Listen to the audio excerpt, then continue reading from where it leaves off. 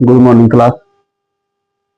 वेदांग पढ़ रहे थे हम और पुराण हमने पढ़ लिए थे। वेदांग और पुराण दोनों ही हमने डिस्कस कर लिए थे। थोड़ा सा रिवाइज कर लेते। देखिए, वेदों के अंगों को, वेदों को अच्छे से समझने के लिए जो उनके अंग हैं उसको ही हम वेदांग कहा जाता है।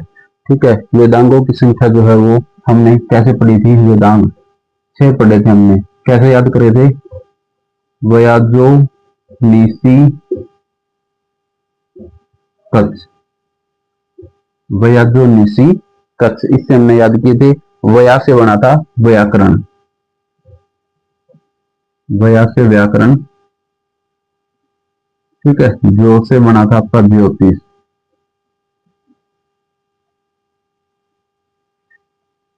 नी से निरुक्त और सी से शिक्षा। कैसे कल्प, ये पढ़ा चुके हैं आपको, सिर्फ थोड़ा सा आपको रिवाइज करवा रहे हैं। ठीक है, वयाजो, निसी, कच्छ, ये वेदांग है हमारे। वेदों के अंग को ही वेदांग कहा जाता है। यानी कि वेदों को और अच्छे ढंग से कैसे समझें, उसके लिए इनकी रचना की गई थी। व्याकरण जो है पाणिनि की पुस्तक थी। ये सबसे पहले पाणिनि की जो पुस्तक है व्याकरण की, अष्टाध्यायी, ये सबसे अच्छी व्याकरण की पुस्तक है पढ़ने के लिए। ज्योतिष की जो पुस्तक है वो महाभास है और वराह मिहिर, महाभास और वराह मिहिर की वृहद संहिता। ज्योतिष की पुस्तक महाभास और वराह मिहिर लेखक नाम, वराह मिहिर लेखक की वृहद संहिता है। निरुक्त हो गया आपका, शिक्षा के बारे में बताया गया है। कैसे हो गया कल्प, जिसमें कर्म कांड की व्याख्या की गई है कि आदमी के मरने के बाद, मनुष्य के मरने के बाद उसका जीवन जो है वो किस तरह से उसको धीरे धीरे समाप्त किया जाता है, उसके बारे में चर्चा की गई है। और जो छंद है, निरुक्त ये भाषा को समझने के लिए था। और जो छंद है आपका, छंद में आपको वेदों का सही से उच्चारण है। मान लो किसी वेद में कोई ऐसी चीज आ गई जिसको कि हम पढ़ नहीं पा रहे, तो उस चीज को उच्चारण सही करने के लिए हमने क्या पढ़ना पड़ेगा? छंद पढ़ने पड़ेंगे। तो ये सब आपको बता दिया था। वेद और वेदांग को जो जानने वाले, जो ज्ञाता हैं इनके, उनको कहा जाता है उपाध्याय। उनको क्या कहा जाएगा? उपाध्याय कहा जाएगा। वेद और वेदांगों को जानने वालों को उपाध्याय कहा जाएगा। ठीक है, कल्प में आपकी कर्मकांड की चर्चा होगी। ज्योतिष में जो आपकी ज्योतिष विद्या जो होती है ना, उसके बारे में चर्चा की गई है। जो आपको बताई दिया था कि जैसे ज्योतिष लोग करते हैं कि 2026 में दुनिया खत्म हो जाएगी या इंडिया और पाकिस्तान के बीच मैच होगा, उसमें इंडिया जीत जाएगा, वो भी क्या है? एक ज्योतिष विद्या है। मौसम विज्ञान की जो जानकारी लगाते हैं ज्योतिष लोग, वो भी एक मौसम, देखिए जो मौसम विज्ञानी होते हैं ना, जो पढ़े लिखे लोग होते हैं, उनकी भविष्यवाणी अलग होती है। वो लोग तो देखते हैं कि मानसून कब चलेगा, हवाएं किस तरफ से आ रही हैं, वेस्टर्न डिस्टर्बेंसेज क्या है, या प्रेसिपिटेशन कितना हो रहा है, वो तो उसी से हिसाब लगाते हैं, वो अलग होते हैं। लेकिन ज्योतिष जो लोग होते हैं ना, वो अलग होते हैं। ज्योतिष वो विद्या पढ़ते हैं उनके अपने अलग।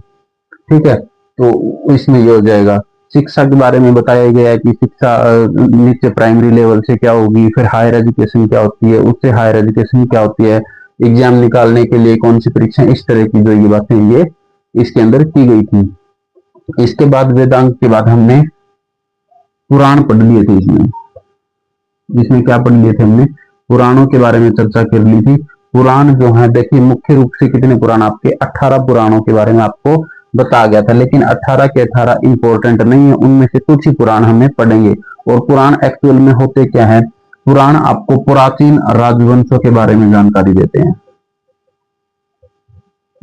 राजवंश क्या होते हैं? जो राजाओं की वंशावली होती थी ना, राजा होते थे। जो चंद्रगुप्त मौर्य कौन हो गए? राजा हो गए। अशोक राजा हो गए। राजेंद्र चोल कौन हो गए? राजा हो गए। आपके बिंबिसार राजा हो गए। फिर आगे मुगलों में चलेंगे तो राजा हो जाएंगे। तो उनके जो राजवंश है ना, उनको अगर हमें अच्छे से समझना है, उनकी वंशावली पढ़नी है, किसने कौन से काम किए, तो हमें क्या पढ़ने पड़ेंगे? पुराण पढ़ने पड़ेंगे। प्राचीन राजवंशों की ये जानकारी देता है। इसमें मुख्य पुराण पढ़े थे हमने। मत्स्य पुराण, मत्स्य पुराण, वायु पुराण, और आपका मत्स्य पुराण, वायु पुराण, और हो गया आपका विष्णु पुराण। मत्स्य पुराण यहां लिख देते हैं, विष्णु पुराण, विष्णु पुराण और वायु पुराण। इनमें किस किस चीज की चर्चा है वो भी आपको बता दी थी। थोड़ा सा फिर से बता देते हैं। विष्णु पुराण में विष्णु भगवान के 10 अवतारों की चर्चा है। 10 अवतार कैसे कि उन्होंने अलग अलग समय पे अलग अलग धरती पे जो दुख थे उनको मिटाने के लिए या जो अत्याचार था उनको खत्म करने के लिए 10 अवतार लिए थे। जैसे सबसे पहले प्रभु जी विष्णु जी आए थे राम के अवतार में, फिर कृष्ण के अवतार में आए, फिर कभी वराह अवतार में आए, कभी नरसिंह के अवतार में आए, अभी कल के अवतार के रूप में आएंगे। तो वो सब विष्णु पुराण के अंदर है। मत्स्य पुराण में क्या है, और इसमें मौर्य वंश की जानकारी मिलती है, आपको बता दिया गया था। मत्स्य पुराण में सात वाहन वंश की जानकारी मिलती है, और मत्स्य पुराण के अंदर ही और वायु पुराण में आपके गुप्त काल के जो वंश थे उनकी जानकारी मिलती है। इसी में लिखा हुआ है कि समुद्रगुप्त का जो घोड़ा है ना वो 3 समुद्र का पानी पीता था। 3 समुद्र का पानी पीने का मतलब है कि जो नीचे का जो पूरा एरिया था दक्षिण भारत वो समुद्रगुप्त ने जीत लिया था। और अगर इधर जाएगा तो बंगाल की खाड़ी का पानी पिएगा, नीचे जाएगा तो हिंद महासागर का पानी पिएगा, और अगर इधर जाएगा पश्चिम में तो वहां से ये अरब सागर का पानी पिएगा। यानी को इसको रोकने वाला कोई भी राजा या कोई भी आदमी इंसान नहीं था। इसलिए कहा जाता था कि समुद्रगुप्त का जो घोड़ा है, समुद्रगुप्त ने इतना न विस्तार किया अपने साम्राज्य का कि समुद्रगुप्त का घोड़ा 3 समुद्र का पानी पीता था। तो ये आपको बता दिए थे। आज हमें जो पढ़ना है वो हम पढ़ेंगे वेदांत। ये तो है वेदांग। अब हम पढ़ेंगे वेदांत। वेदांत को ही क्या कहा जाता है, उपनिषद कहा जाता है। वेदांत हम आज पढ़ेंगे और वेदांत को ही कहा जाता है उपनिषद। वेदांत को ही क्या कहा जाता है, उपनिषद। उपनिषद या हम क्या कह सकते हैं इसको, वेदांत। उपनिषदों की जो कुल संख्या है, उपनिषदों की कुल संख्या जो है 108 है। उपनिषदों की कुल संख्या 108 माने जाते हैं, लेकिन इनमें से कितने को मान्यता प्राप्त है, सिर्फ 13 को ही इसमें से मान्यता प्राप्त है। मान्यता प्राप्त का मतलब है कि हमें इनमें से 13 ही जो पूरे मिले हैं ना, जो पूरे वेदांत या उपनिषद मिले हैं वो सिर्फ 13 ही है। इसके अलावा जो बच गए 95 जो उपनिषद बच गए उनका किसी का फर्स्ट पार्ट नहीं है, किसी का मिडिल पार्ट नहीं है, किसी का लास्ट में कोई पार्ट नहीं है, कोई किसी की बात समझ में नहीं आ रही, किसी का लेसन गायब है, किसी का चैप्टर गायब है, किसी का कुछ गायब है। तो इसलिए जो 13 है ना ये कंप्लीट मिले हैं। ठीक है, मान के चलो मिल जाते तो फिर 101 के 108 के 108 इतना ना पढ़ना पड़ता। एग्जामिनेशन वाला क्या करता, कहीं से भी 108 में से कहीं से भी क्वेश्चन उठा के दे सकता था, तो हो जाती ना मुश्किल। कितनी मुश्किल हो जाती है अगर सारे के सारे मिल जाते तो ठीक हुआ कि नहीं हुआ, 95 गायब हो गए, हुआ ठीक। क्योंकि अब तो हमें 13 ही पढ़ने, इस 13 में से भी कुछ प्रमुख होंगे सिर्फ वही पढ़ेंगे, नहीं तो पूरे पढ़ने पड़ जाते। 108 में से कहीं से भी क्वेश्चन घुमा के पूछ लेता, बड़ी दिक्कत हो जाती। आधा सिलेबस हुआ तो यही खा जाता 108 में से। ठीक है, तो उपनिषदों की कुल संख्या कितनी हो गई, 108 संख्या हो गई। लेकिन जो मान्य है, जो आधारित है, वो सिर्फ कितने बनेंगे आपके, 13 ही मान्य होंगे इसमें से। उपनिषद का मतलब क्या होता है, देखिए, गुरु के समीप बैठकर ज्ञान प्राप्त करना।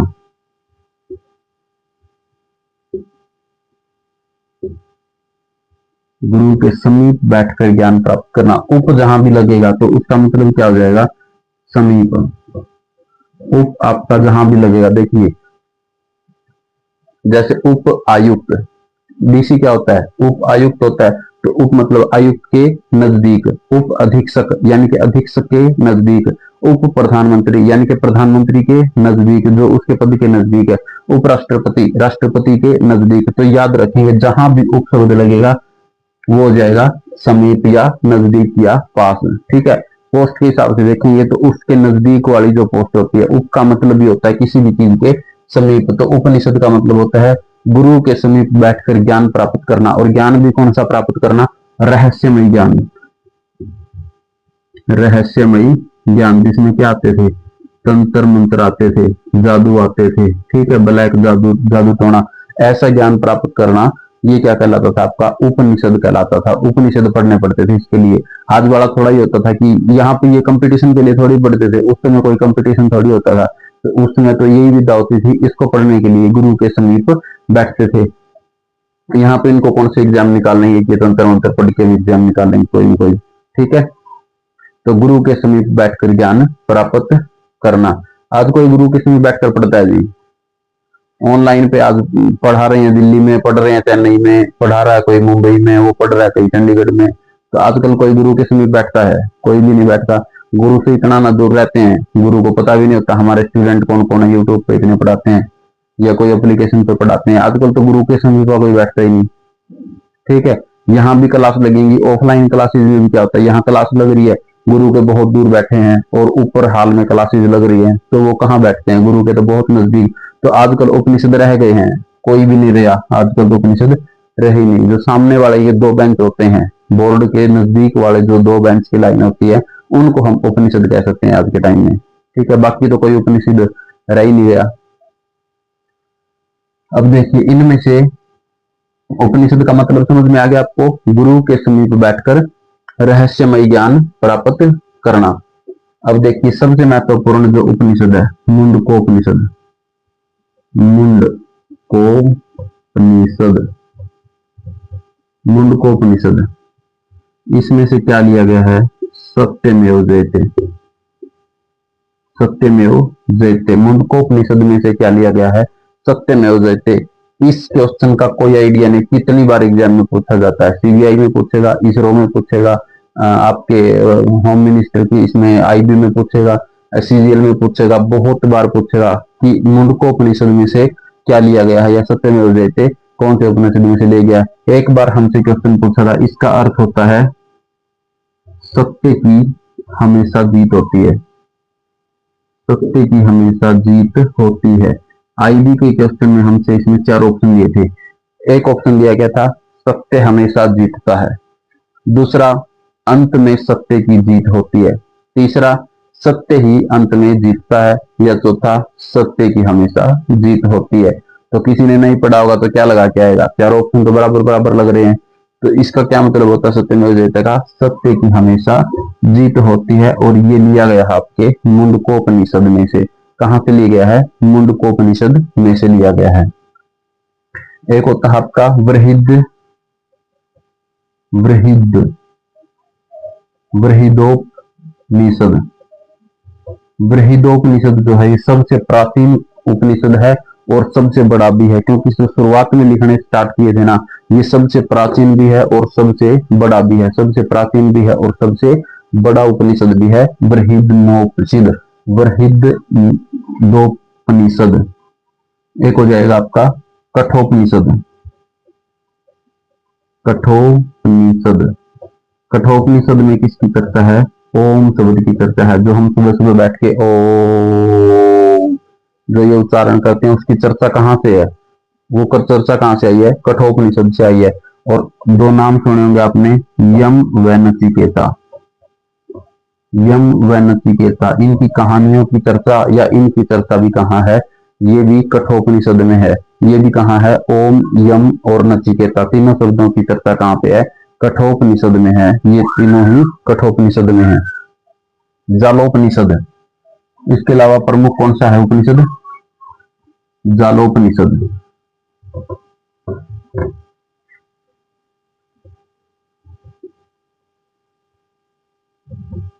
जालोपनिषद, इसमें किसकी चर्चा की गई है? ब्रह्मा, विष्णु और महेश। क्या बोला जाता है जब इनको तीनों को मिला दिया जाता है? ब्रह्मा मतलब ब्रह्मा, विष्णु, महेश मतलब शिव जी। त्रिमूर्ति की चर्चा, ब्रह्मा विष्णु महेश भी लिख सकता है, या त्रिमूर्ति की चर्चा भी पूछ सकता है कि त्रिमूर्ति की चर्चा कहाँ की गई है? तो जलोपनिषद में की गई है। और इन सबको खुश करने के लिए क्या किया जाता है? कठोर तपस्या की जाती है। इन सबको खुश करने के लिए कठोर तपस्या की जाती है। तो जलोपनिषद में किसकी चर्चा हुई? कठोर तपस्या की। और ब्रह्मा विष्णु महेश यानी कि त्रिमूर्ति की। जीवन के जो हमारे 4 हमारी यात्राएं होती है, उसका भी चर्चा इसमें की गई है। गृहस्थ जीवन, ब्रह्मचर्य जीवन, तीसरा सन्यासी जीवन, मिटा दे जिसका नीचे है,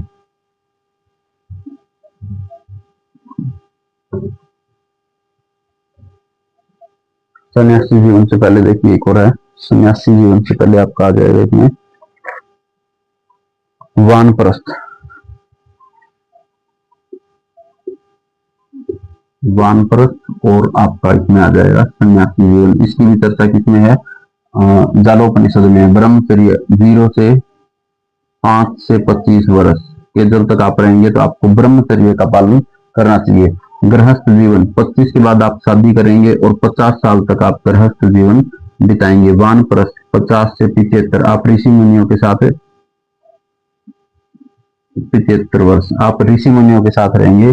और सन्यासी में आप भगवान की इसमें 75 से 100 वर्ष तक अगर आप जीते हैं तो भगवान की पूजा में आप लीन हो जाएंगे इसमें। ठीक है, भगवान की पूजा वन में जीवन लगा सकते हैं या प्रभु की लीला वो करेंगे। ये आपका हो जाएगा वानप्रस्थ में वन में जीवन। इसको लिख सकते हैं हम सामाजिक जीवन। ठीक है, समाज के साथ रहेंगे हम इसमें, सामाजिक जीवन। तो इन सब की चर्चा कहाँ की गई है? जालोपनिषद में आपके की गई है। तो सबसे प्रमुख जो है मुंडकोपनिषद, उसमें से सत्यमेव जयते लिया गया है। ओम शब्द की और नचिकेता की चर्चा की गई है कठोपनिषद में। जालोपनिषद में आपकी त्रिमूर्ति ब्रह्मा विष्णु महेश और जीवन के जो 4 चक्र हैं उनके बारे में चर्चा की गई है। एक और रहता है, उसके बारे में भी आप देख लो। श्वेता सबसे लंबा और बड़ा है वरहिद उपनिषद। वरहिद नारायण उपनिषद सबसे बड़ा है वरहिद नारायण उपनिषद। एक आपका आलोपनिषद। आलोपनिषद जो है ये सबसे नवीनतम है। आलोपनिषद सबसे नवीनतम है।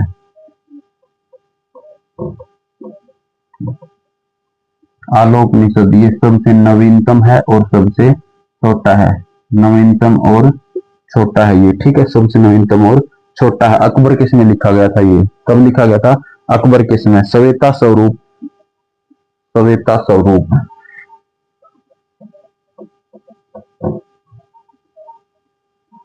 श्वेता स्वरूप उपनिषद। इसमें आपकी सत्यम शिवम सुंदरम, सत्यम शिवम सुंदरम, ये भी क्या है? इंपॉर्टेंट है। सत्यम शिवम सुंदरम, ये तीनों लाइन है। सत्यम शिवम सुंदरम। एक फिल्म भी आई थी, हीरोइना का मुंह इधर से जला हुआ होता है उसमें, सत्यम शिवम सुंदरम में। तो इसके नाम पे एक फिल्म भी आई थी। तो सत्यम शिवम सुंदरम की चर्चा कहाँ पे है? श्वेता स्वरूप उपनिषद में है। कठोपनिषद में आपकी यम और नचिकेता, यम और नचिकेता की है। और सत्यमेव जयते आपका मुंडकोपनिषद से लिया गया है। ठीक है, जालोपनिषद में आपके ब्रह्मा विष्णु और महेश हो जाएंगे। इनको खुश करने के लिए कठोर तपस्या करनी पड़ेगी। और जो 4 आश्रम है, ब्रह्मचर्य आश्रम, गृहस्थ जीवन, वानप्रस्थ और सन्यासी जीवन, इनके बारे में भी चर्चा की गई है जालोपनिषद। ठीक है, तो उपनिषद आपके कंप्लीट हो गए। उपनिषद का अर्थ होता है गुरु के समीप बैठकर ब्रह्मचर्य और गुरु के समीप बैठकर रहस्यमय ज्ञान प्राप्त करना। ना कि आजकल के लिए ये चीज थोड़ी पढ़ते थे वो कि हमें कंपटीशन एग्जाम निकालना है, सीजीएल निकाल लेंगे, रेलवे निकाल लेंगे। तो रहस्यमय ज्ञान पढ़ते थे। उस समय आपने देखा होगा जब महाभारत में रामायण पढ़ते थे तो ऐसे करके मंत्र पढ़ते थे। वो कौन सी विद्या होती थी? वो रहस्यमय विद्या होती थी। उनके रहस्य वो किसी को नहीं पता होता था कि कौन सा अस्त्र जो है वो प्रकट कर रहा है। जब अस्त्र प्रकट हो जाता था तब पता चलता था कि उसने कौन सा अस्त्र प्रकट किया, क्योंकि वही रहस्यमय विद्या एक तरफ से कर्ण ने, दूसरी तरफ से युधिष्ठिर ने या दूसरी तरफ से अर्जुन ने वो ली होती थी। तब जब वो प्रकट हो जाता था तब पता चलता था कि कौन सा अस्त्र इसने प्रकट किया है। ठीक है, तो उपनिषद में आज के लिए इतना ही रहने देते हैं। कल आपको स्मृति साहित्य पढ़ाएंगे जिसमें हम मुख्य रूप से मनु स्मृति पढ़ेंगे। ठीक है, इसमें किसी को दिक्कत है तो कमेंट करके भी बता सकते हैं। इसमें किसी को भी कोई दिक्कत है तो कल बता सकते हैं। ठीक है, आज के लिए इतना ही रहने देते हैं। धन्यवाद।